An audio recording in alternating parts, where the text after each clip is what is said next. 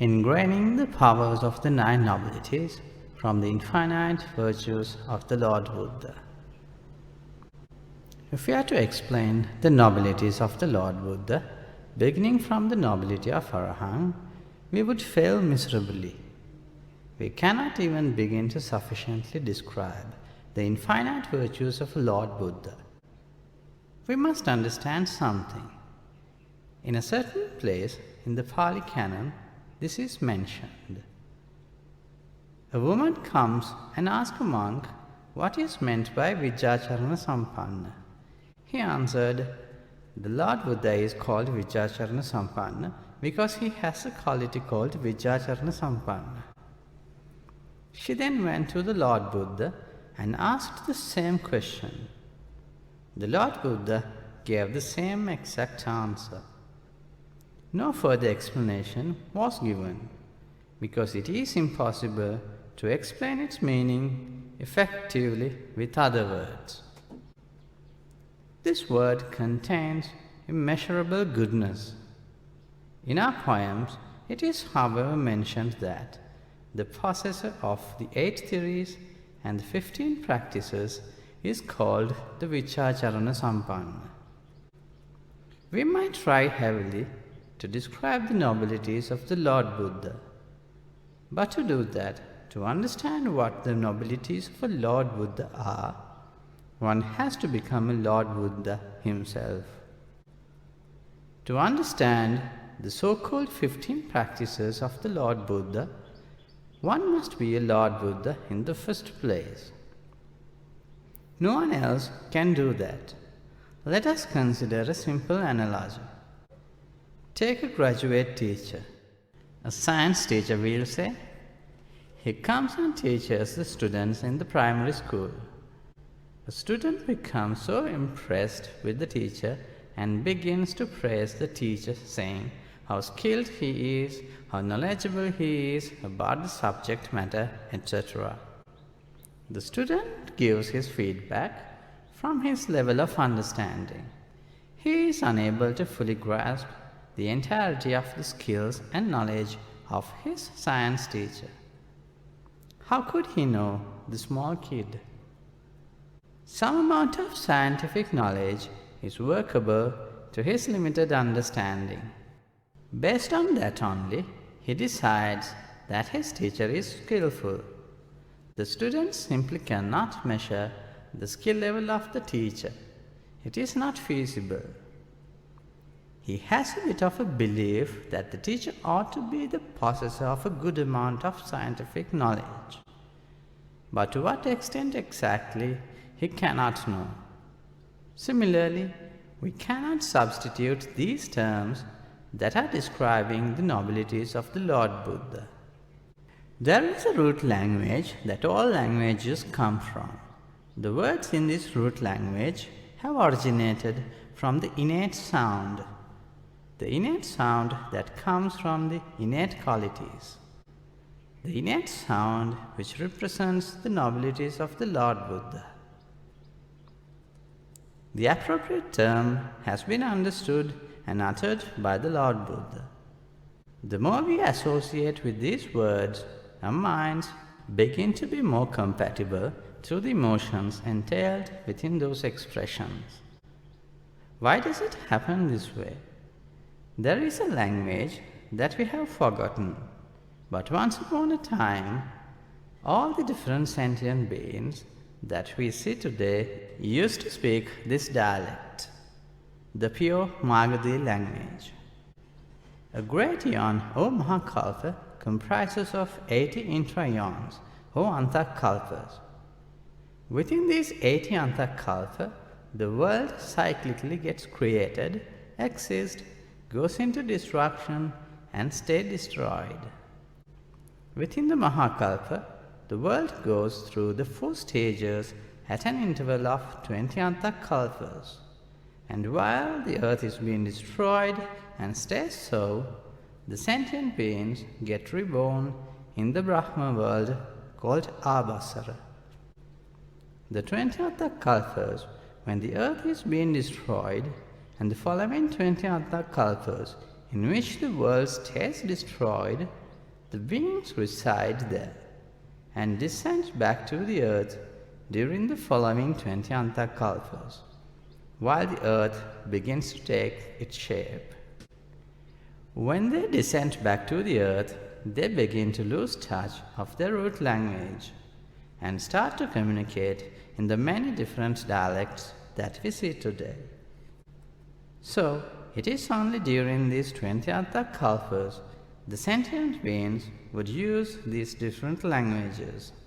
Let it be English, Latin, Tamil, or any other language. Different dialects come into being, and humans use them to converse during the 20 antakalpas while the earth is in existence. The moment they leave the earth, they use their customary root language, the pure Magadhi language. No one needs to teach them. That is why it is termed as a primordial dialect of all sentient beings, the primordial Magadhi dialect. There are no kindergartens to teach them, no grammar classes, elocution classes. Even the ants and the locusts that we see today would have used the same dialect as the Brahma. Even these trivial sentient beings once were born as Brahmas. The sentient beings that are born here on earth while the earth is in existence get subject to greed, hatred, and delusion and get corrupted. That results in inferior rebirths as animals. The animals now cannot do any of that.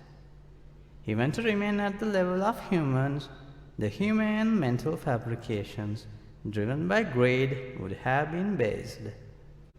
Following the descent to the earth and changing into different dialects, the root dialect has been forgotten. To get back into terms with it, one needs to cultivate the virtues of non-greed, non-hatred, and non-delusion. Since we are full of greed, hatred, and delusion, the emotions are not occurring in the root dialect.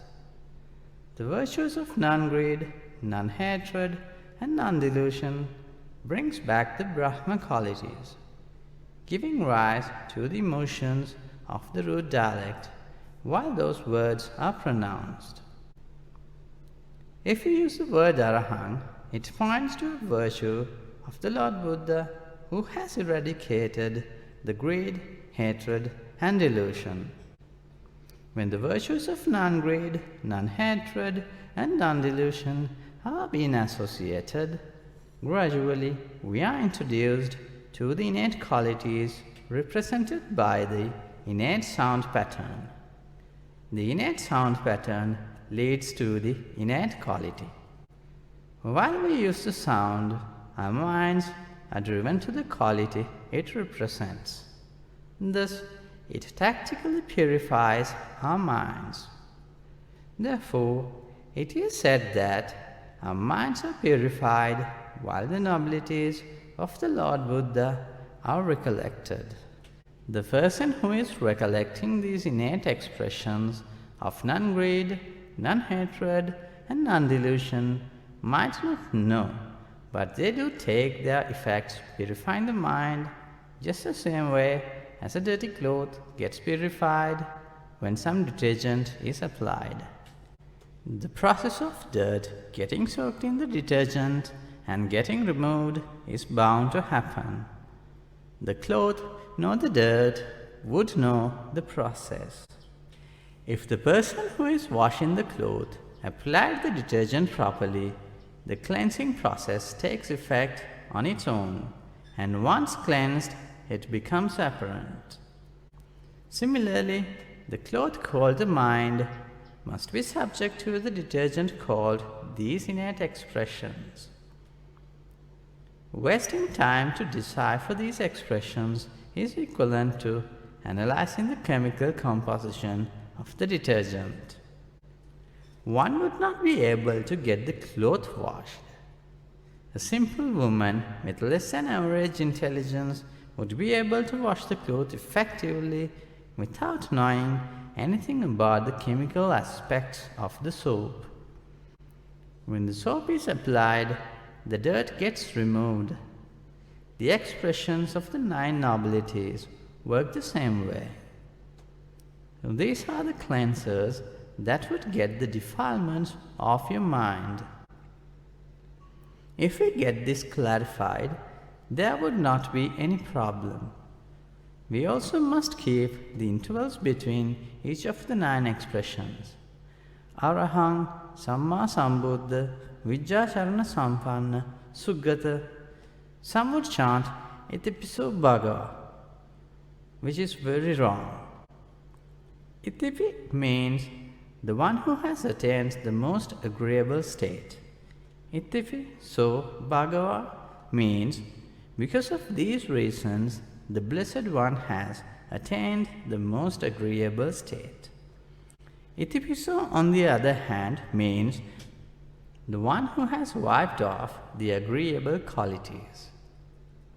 In the correct meditational phrase, there is no word called itipiso. When you chant this way, the ablutionary quality gets deformed. The desired results would not transpire. Wherever you go, everyone chants Itipiso Bhagava. One should leave a space between Itipi and So. They do not pronounce it properly. Here, of course, after correcting them so many times, now everyone has got used to pronounce it properly. Recite Itipi, leave an interval and then recite So Bhagava. The others continue to utter Itipiso Bhagava. Despite continuous reminders, they do not understand it.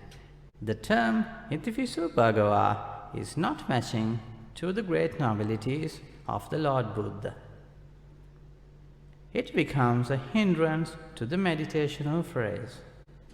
Itipi so Bhagava Araha Samma Sambuddho Vijjācārana Sampanno Sugato Lokavidu Anuttaro Purisadhamma Sārati Sattā Deva Manussāna Buddho Bhagavāti. Each expression must be recited keeping distinct intervals.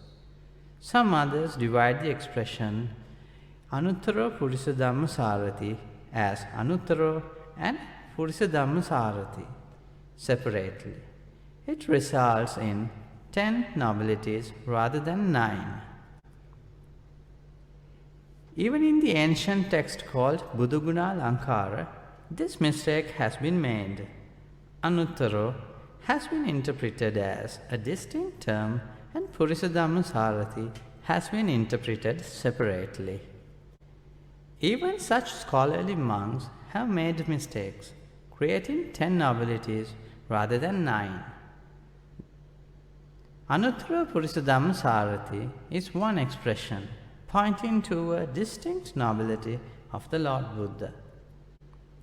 If we change the sound patterns the way we want, its innate power will not actualize.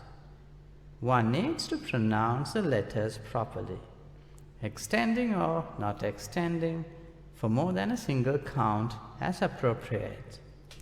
An extended vowel sound would go for 2 counts, and a normal vowel sound for 1 count, and half a sound in case of a consonant sound.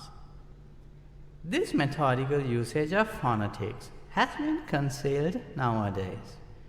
One cannot recite the chants the way he wants. One cannot use different phonetic features to make the chant melodious, making it aesthetically appealing by using pitch gestures, etc. If these sort of methods are used, it is not compatible with spirituality. The high pitch should not be overly increased, and the low pitch should not be overly decreased. I have heard here and there some monks pronounce as Arahang Vanaseka instead of Arahang Vanaseka. The sound Va has been changed to Va. There is no word called Vanaseka. Samma Sambuddha Nam Vanaseka. See, there is no word called Vana. The sound is different.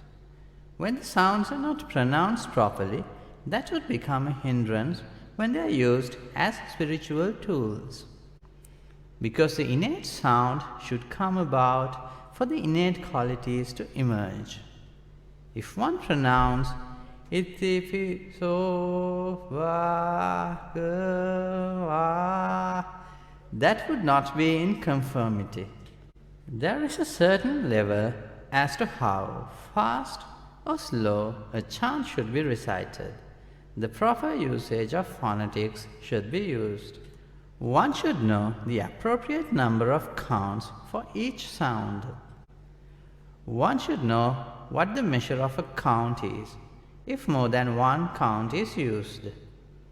They do not know how to ascertain the duration of a count, how long a count should be for, how long an extended vowel sound should be recited.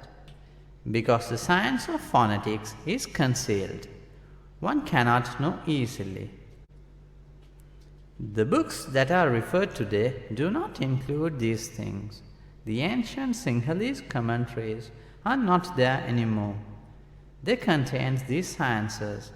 All of them had been hidden or destroyed.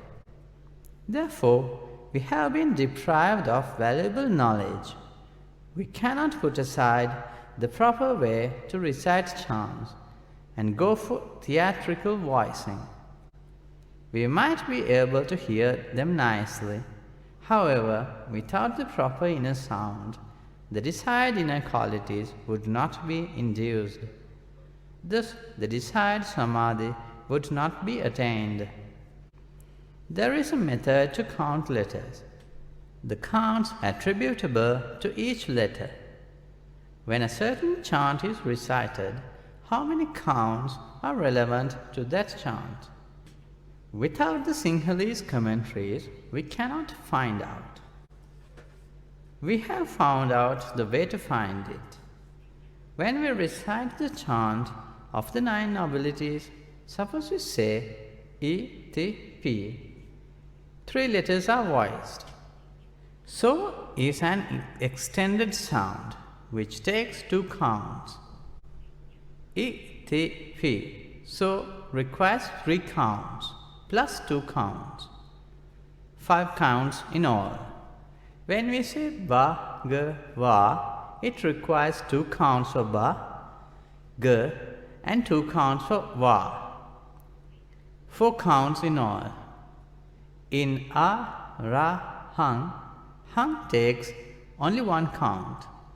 A takes 1 count, ra takes 1 count, and hum takes only 1 count. 3 counts in all. Likewise, we need to calculate the number of counts it takes to chant all 9 nobilities.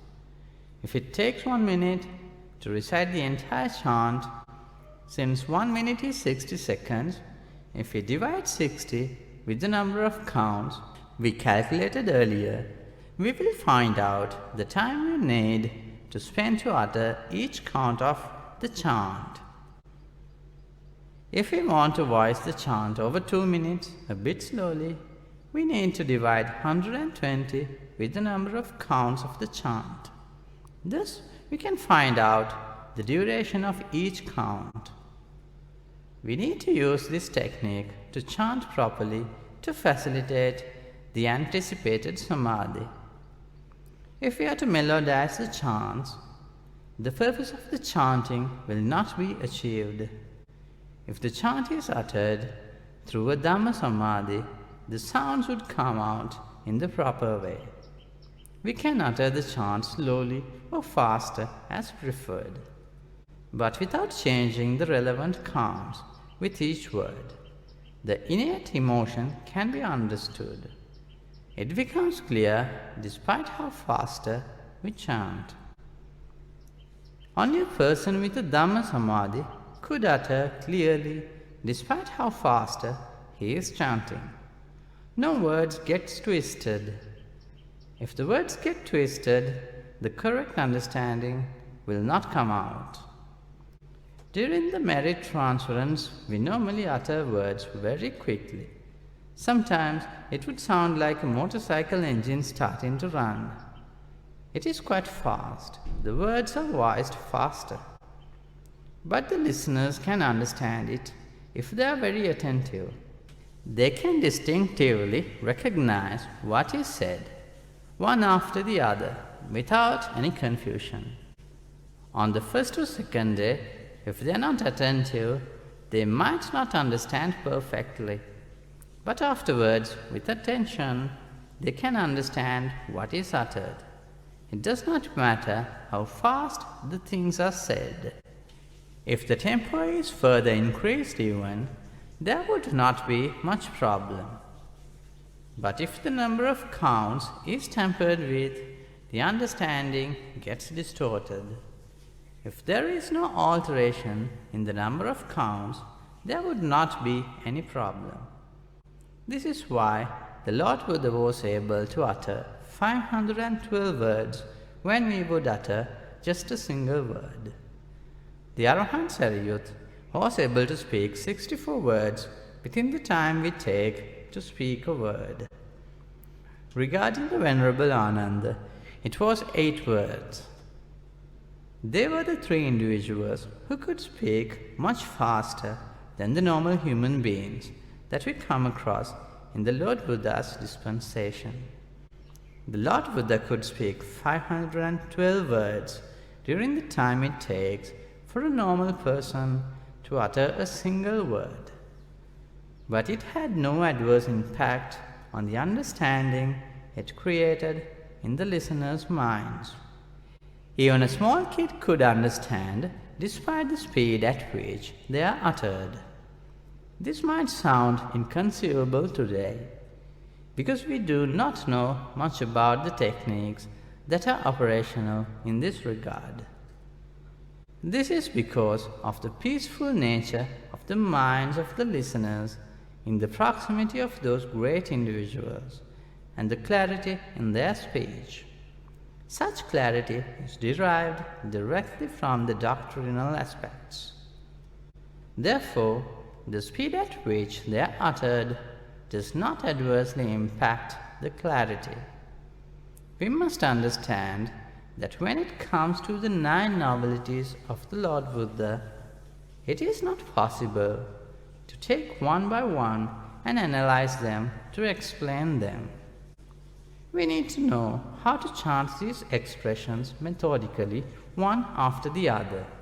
Iti so bhagava arahang samma sambuddho vijjācarana sampanno sugato lokavidu anuttaro purisa dhamma sārati sattā deva manussānaṁ buddho bhagavāti.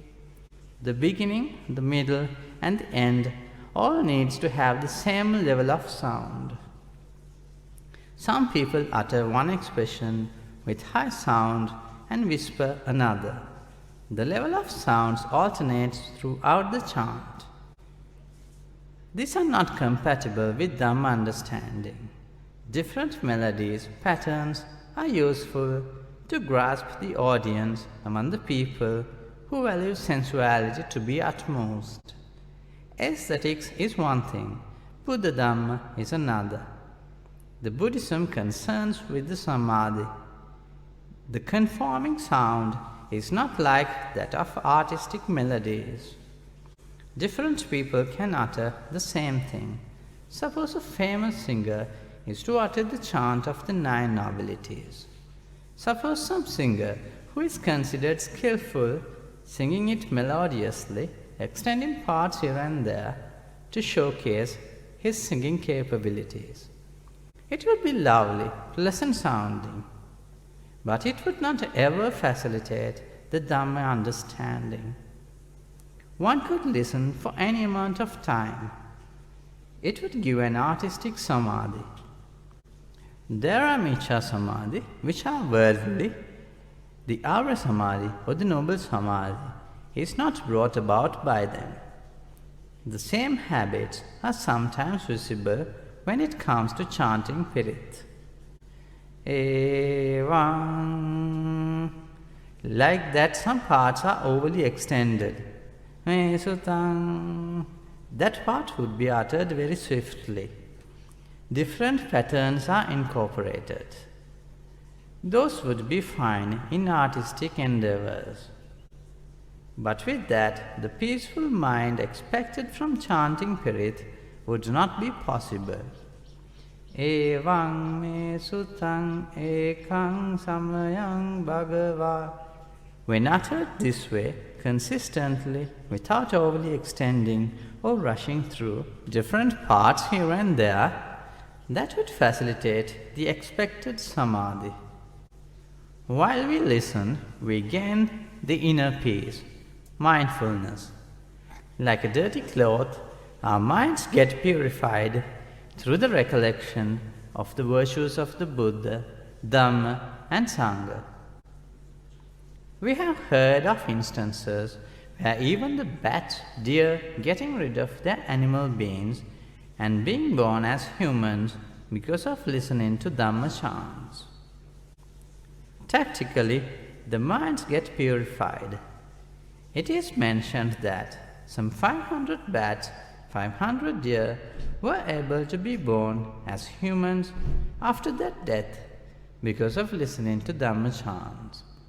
In the case of the Manduka Devaputta, a frog was absorbed in the sound of the Dhamma speech, was killed accidentally, and was reborn in the Deva realm.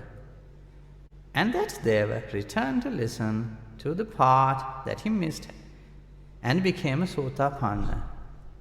The animal could not understand the Dhamma, of course, but he was able to associate with the innate sound of the Dhamma speech and tactfully was able to cleanse its mind to a certain extent.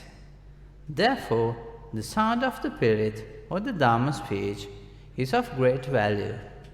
The innate audio pattern must be present.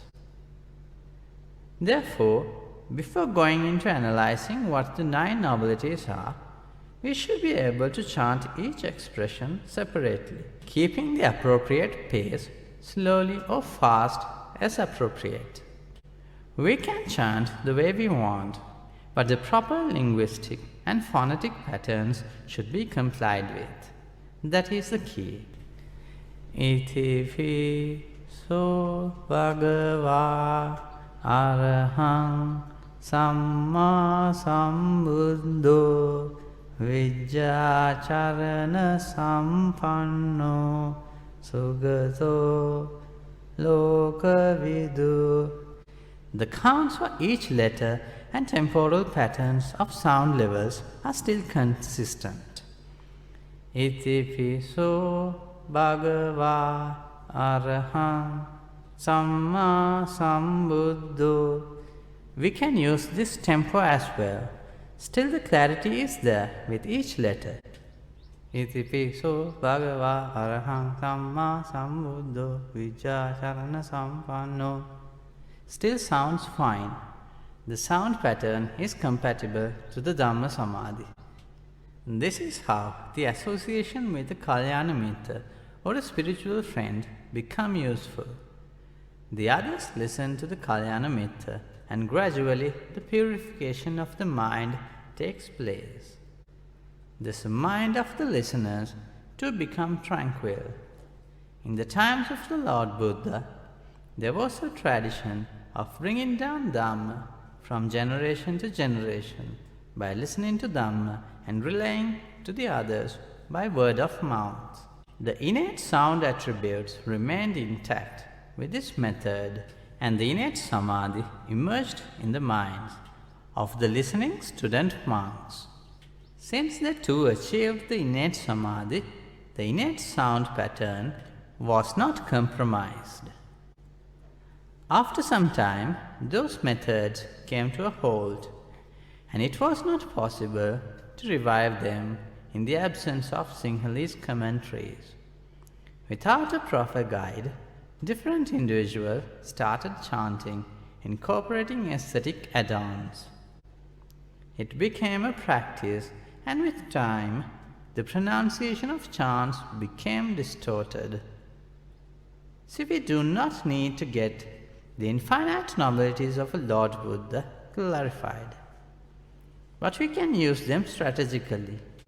Should there be the arising of fear, terror, or horripilation, then on that occasion you should recollect me. Whatever fear, terror, or horripilation there is will be abandoned. The Blessed One is devoid of desire, devoid of aversion, devoid of delusion.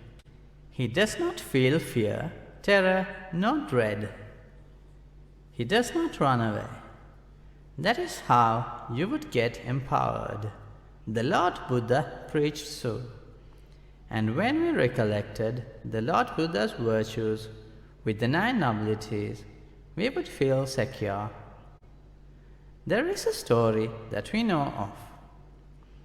There were 2 kids. One kid belonged to a Buddhist family and the other to some other religion.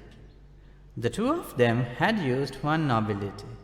When they were playing, the Buddhist kid used to utter Namo Buddhāya, and he became victorious over the other kid. And this other kid happened to go to the city of Savath one time to buy some good maybe. The city gates were closed at 6 in the evening. The gates would open only in the next morning. This took place due to security reasons. Those days, once the gates are closed, the responsibility for the security of the city was handed over to the demons, some hidden magical method. Once the demons have been put in charge, they would not allow anybody to enter the city. Those demons were so fierce, bit of a mystical method used in those days. The kid happened to be outside the city gates, and the father had returned to the city to get something he had forgotten. While he was in, the gates were closed. The father lost track of the time, and he could not come back till the dawn. The kid was on his own outside. He went to the closed gate and was leaning against a post. A demon encountered the kid and wished to come and eat the kid. The kid was so helpless, had nowhere to run. He recollected how his friend won the games, and he realized that those words uttered by his friend has led to some support. Without even knowing what it meant, he uttered Namo Buddhāya, Namo Buddhāya, Namo Buddhāya. The demon started to tremble and shifted his appearance into the kid's father. He was there to comfort the kid till the dawn, and disappeared once the real father approached. Did this kid know the meaning of the word Buddha? This kid happened to utter some word that was used by his Buddhist friend, but it gave him security all right. There are these sorts of things. Even today, we happen to have some experiences. There was some old person who had no concern towards Dhamma, and he died. He knew only to say, Itipi so bhagava araham. He did not even know the rest of the 9 nobilities chant. In his deathbed, he was asked whether he knew the 9 nobilities chant. He said that he knew. When he was asked to recite, he uttered, Itipi so bhagava araham, Itipi so bhagava araham. While he was uttering these words, he died. No one knew what happened next. We had no idea of any other merit that this old man had done. Was not religious when he was alive. Never observed the 8 precepts. But he was born as a deva with a silver complexion. This did not happen long back. It happened very recently. When asked for how long he would remain as a deva, he told his lifetime would span until the end of the Buddha's dispensation. If he does not have causal eligibility to attain nirvana until the appropriate Buddha's dispensation come into being, he said he would remain as a Deva.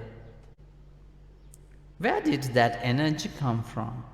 That was the merit of uttering the nobility of Arahant, even without knowing what it meant possibly. From this, we should see how valuable the 9 nobilities are. This is why the Lord Buddha happened to say this.